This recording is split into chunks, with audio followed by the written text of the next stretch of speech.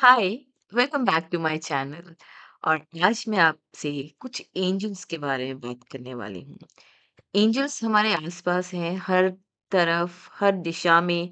North, south, east, waste, हर दिशा में angels हैं। हमारे स्पिरिट गाइड तब से हमारे साथ हैं जब से हम पैदा होते हैं।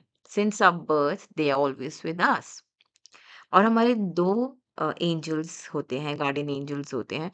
अगर आपके उससे ज्यादा हैं तो आप सबसे ज़्यादा ब्लेस्ड हो। इससे बड़ी कोई खुशी नहीं है क्योंकि आपको इतनी ज़्यादा सपोर्ट और इतना ज़्यादा हेल्प मिल रहा है एंजल से। इनके साथ कनेक्ट ये तभी होते हैं जब हम इनसे बात करते हैं। हर किसी को एंजल्स के बारे में नहीं पता है और अब थोड़ा अवेयरनेस आने लगी है लोगों को जब से उनकी स्पिरिचुअल अवेकनिंग होनी शुरू हुई है।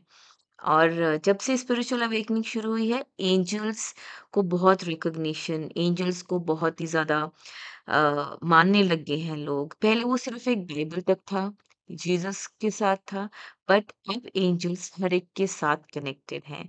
एंजल्स सबके लिए हैं, जिसको भी मदद की ज़रूरत है, आप सिर्फ़ एंजल से एक छोटी-सी प्रेयर करनी है पूरे दिल से और सिर्फ़ सरेंडर करना है आपने और वो आपकी मदद के लिए हाज़िर हो जाते हैं। तो हर एक सिचुएशन की लाइफ में जो भी सिचुएशन होती है हमारी उसके लिए कोई ना कोई एंजल बना है, कोई ना कोई डीटी है हमारे साथ। तो अब मैं सिर्फ एंजल्स के बारे में बात करने वाली हूँ। अगर आपको प्रोटेक्शन चाहिए, ऑटोमेटिकली हमारे आर्कएंजल माइकल हैं, सुपर एम्परर, सबसे बड़े सेवियर। किसी भी तरह की प्रॉब्लम है, कोई भी सिचुएशन ऐसी है जहाँ से आप निकल नहीं पा रहे हो, तो you just have to pray. आपको सिर्फ प्रार्थना करनी है आर्कएंजल माइकल से।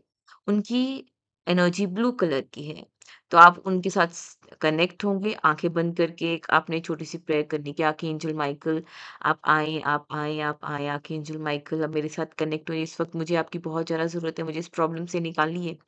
आपने सिर्फ़ इतना बोलना है एंड यू विल सी, आप देखोगे कैसे चेंजेस होते हैं। ये सिर्फ़ एक एग्ज़ाम्पल है जो मैं आपको दे रही हूँ, बट आज मैं सबसे पहले शुरू करना चाहती हूँ इस दिवाली के मौके पे। ये मेरी तरफ से एक गिफ्ट है जो आपको ज़रूर, ज़रूर आज के दिन करना चाहिए या आगे आने वाले दिनों में जब भी आपको लगता है आप उसको कर सकते हैं।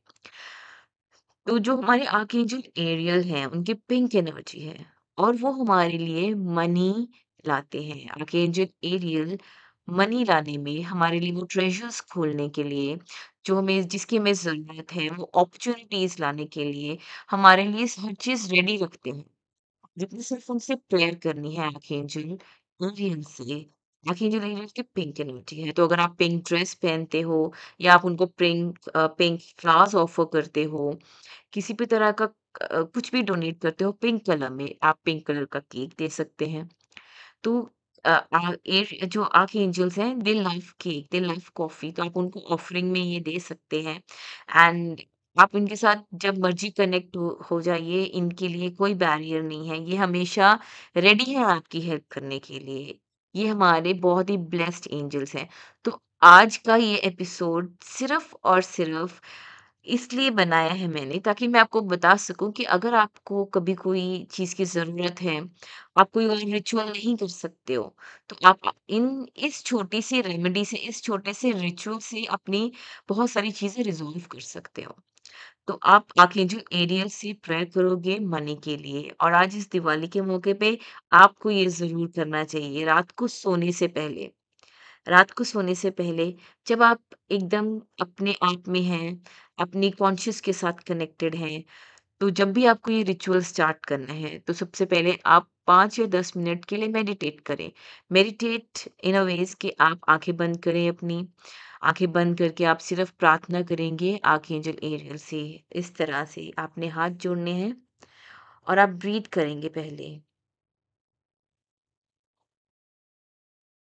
जब ब्रीथ करना शुरू करेंगे, धीरे-धीरे आपको फ़ील होना शुरू हो जाएगा, अपने आप के साथ आप कनेक्ट होना शुरू हो जाते हैं। और जब आप कनेक्ट होना शुरू होते हैं, तो आप एक अलग ही दुनिया में होते हैं, क्योंकि वो आपका हायर लेवल पे आप पहुँच जाते हैं। आपकी अपनी हाईएस्ट कॉन्शियस जो होती है, वहाँ पर होते हैं। और जब आपके पास पीस होती है, जब आपके पास वो ध्यान होता है, तो आप ईज़िली चीज़ें मैनिफेस्ट कर पाते हो, आप अच्छे से कनेक्ट हो पाते हो। तो जब आपने 5-10 मिनट अपने साथ गुज़ारे, अच्छे से ब्रीदिंग की, उसके बाद जब आप रेडी हैं, आप एकदम कनेक्टेड हैं अपने साथ और अपने आप से अपने अपने थॉट्स को आपने कलेक्ट करके अपने साथ कनेक्ट कर लिया है। उसके बाद आपने कॉल करना है आर्कएंजल एरियल को। आप ऐसे हाथ जोड़ेंगे बिकॉज़ यू नो अ, वो हमारे एक तरह से बहुत ही पवित्र अ, एंजल्स हैं, बहुत ही प्योर एंजल्स हैं, तो हम उनको रिक्वेस्ट करते हैं, हम उनसे हाथ जोड़कर रिक्वेस्ट करते हैं और उनका नाम 3 बारी लेंगे, archangel Ariel, archangel Ariel, archangel Ariel, please connect with me. आप इसको हिंदी भाषा में भी बोल सकते हैं, इंग्लिश भाषा में भी बोल सकते हैं, जो आपको कन्वीनिएंट लगती है। एंजल्स कोई हिंदी या इंग्लिश से स्पेसिफाइड नहीं है, किसी भी रीजनल लैंग्वेज में पंजाबी, उर्दू, जो भी आपको लैंग्वेज आपको लगता है कि आप बोल पाते हैं, उसी लैंग्वेज में आप उनसे बात कीजिए and they will answer your prayers, वो आपको आंसर करेंगे। अब जब आपने आँखें बंद करके उनको बुलाया है, तो आप थोड़ी देर बाद उनको फ़ील करना शुरू करोगे। अगर ये आपका फर्स्ट टाइम है, हो सकता है आपको फ़ील ना हो, बट जब हम रेगुलरली कनेक्ट करते हैं, रोज़ उनसे प्रार्थना करते हैं, ऑटोमैटिकली हमको उनकी पावर फ़ील होनी शुरू हो जाती है।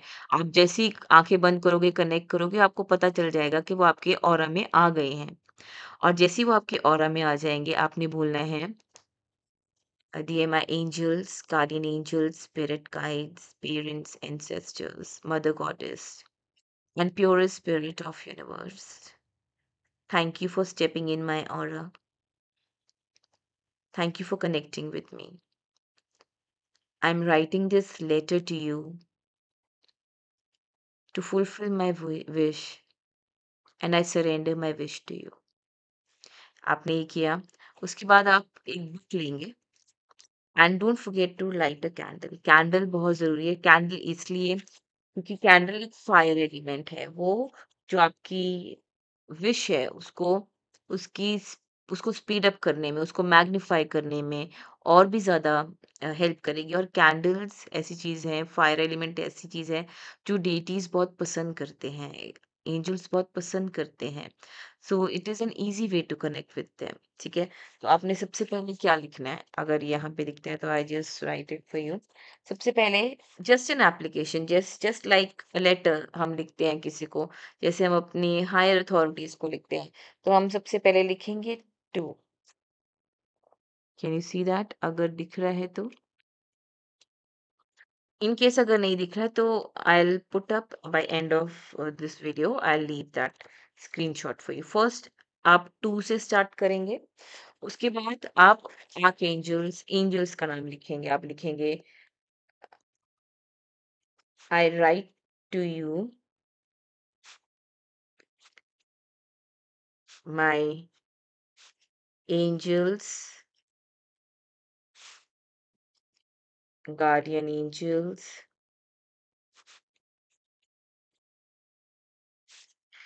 spirit guides,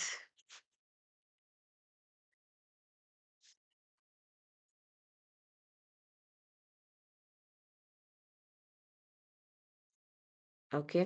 उसके बाद आपने अपना नाम लिखना है, ठीक है?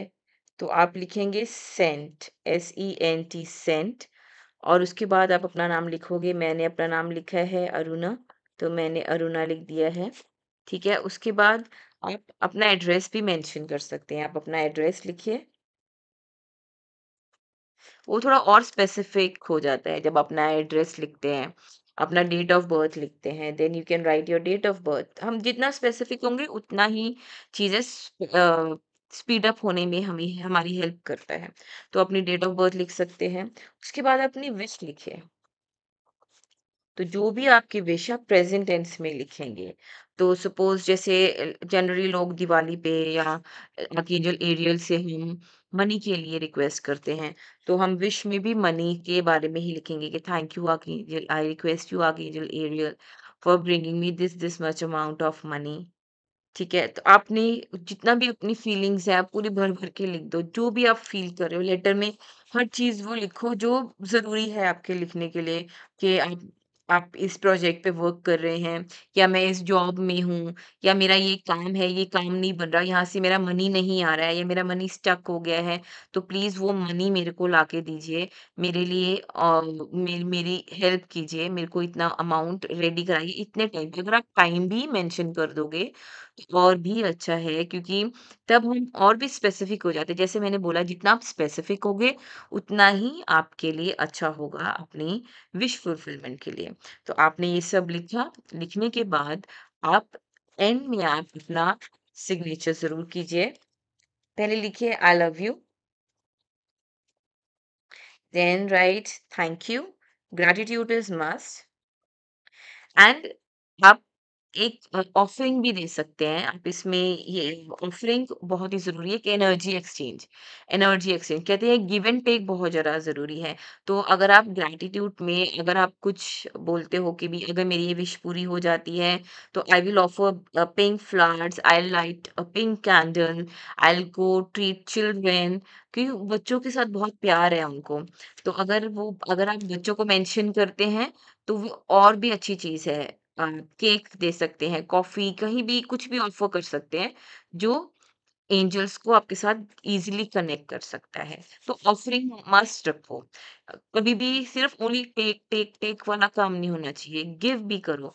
क्योंकि आप ये ना सोचो कि जो डेटीज़ हैं वो हाँ, डेटीज़ सिर्फ़ लेंगी उनको भी तो रिटर्न में वो उनको भी ग्रैटिट्यूड चाहिए उनका काम करने के बाद।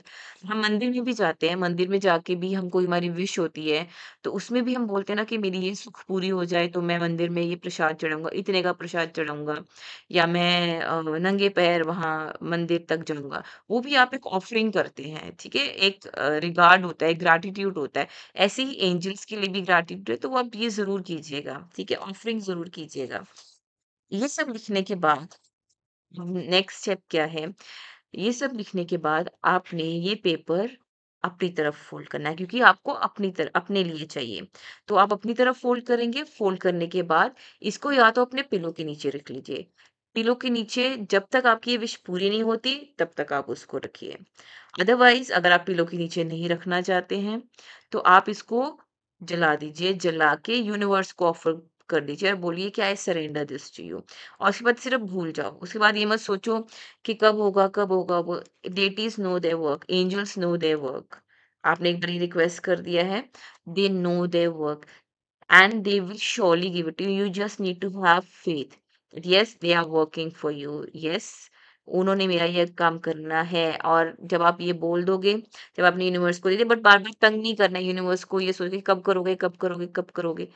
हमें भी अगर कोई बार-बार एक ही चीज़ पूछता रहता है तो हम भी इरिटेट हो जाते हैं, क्या बार-बार पूछी जा रहा है, दिमाग खराब कर दिया है।